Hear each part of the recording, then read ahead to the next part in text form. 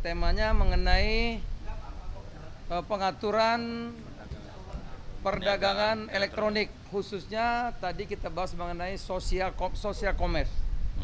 Sudah disepakati besok pulang ini Permendak, revisi Permendak 50 2020 akan kita tanda tangani. Ini sudah dibahas berbulan-bulan sama Pak Teten. Ini saya diundang Pak Teten terus dengan ke Pak Teten, juga dari Pak Budiari, Kominfo juga tadi, dan yang lain-lain juga sudah. Yang pertama nanti isinya social commerce itu hanya boleh memfasilitasi promosi barang atau jasa. Promosi barang jasa. Tidak boleh transaksi langsung, bayar langsung, nggak boleh lagi. Dia hanya boleh untuk promosi. Seperti TV ya. TV kan iklan boleh kan? Tapi TV kan jualan. Nggak bisa jualan. Nggak bisa terima uang kan? Nggak bisa. Jadi dia semacam platform digital gitu. Jadi tugasnya mempromosikan. Yang kedua, tidak ada sosial media dan ini nggak ada kaitannya. Jadi dia harus dipisah. Sehingga tidak algoritmanya itu ya tidak semua dikuasai. Dan ini mencegah penggunaan data pribadi untuk kepentingan bisnis gitu. Itu yang satu dan dua. Nah, kemudian kita juga nanti diatur yang boleh langsung produk-produk yang dari luar nih.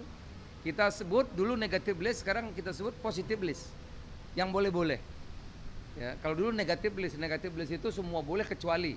Kalau sekarang yang boleh, yang lainnya tidak boleh gitu, diatur. Ya. Misalnya batik ini kan di sini banyak kok, ya masa mesti impor batik gitu. Ya, kira-kira seperti itu.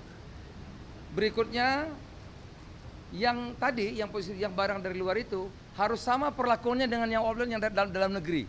Ya kalau makanan ada sertifikat halal, kalau beauty itu ya, beauty itu harus ada POM-nya gitu, ya kan? Kalau enggak nanti yang jamin siapa? Harus ada izin POM, ada izin POM-nya. Kemudian kalau dia elektronik ada standarnya bahwa ini betul barangnya gitu. Jadi perlakuan sama dengan yang ada di dalam negeri atau offline ya. Kemudian yang ketiga nggak boleh bertindak sebagai produsen.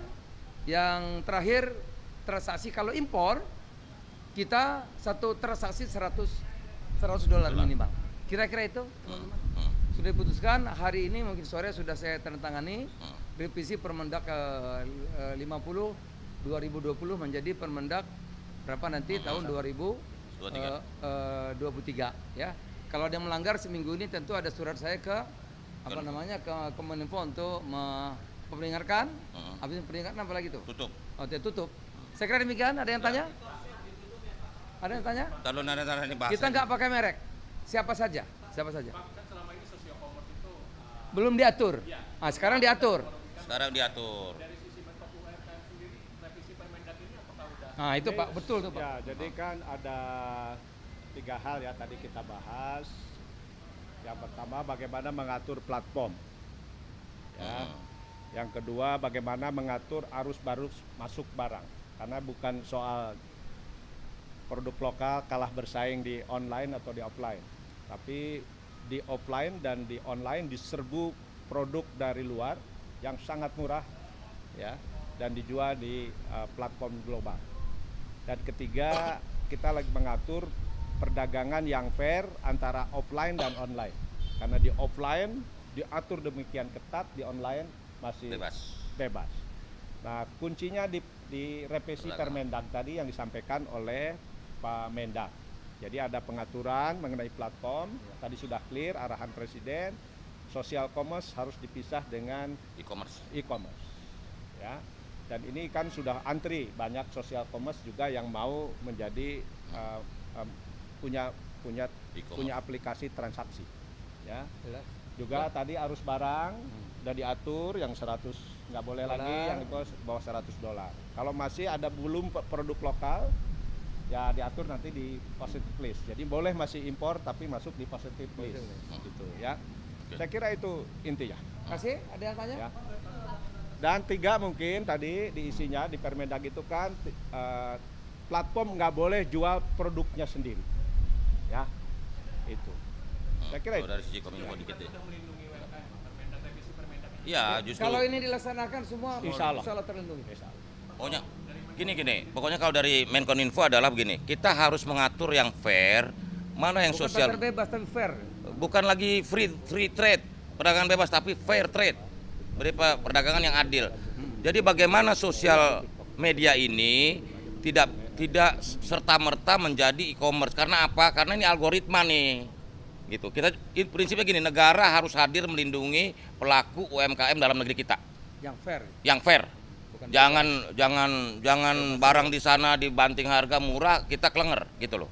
Nah, kedua adalah bahwa kita tidak mau kedaulatan data kita, dipakai data-data kita ntar dipakai semena-mena. Kalau algoritmanya udah sosial media, nanti e-commerce, nanti fintech, nanti pinjaman online dan lain-lain. Ini kan semua platform ini kan akan ekspansi kan, berbagai jenis. Nah, itu harus kita atur. Kita harus tata supaya jangan ada monopolistik organik gitu, alamiah. Karena nggak kita tata, dia semuanya dikontrol sama dia. Baik, Seperti itu. makasih Ya, saya. Apa?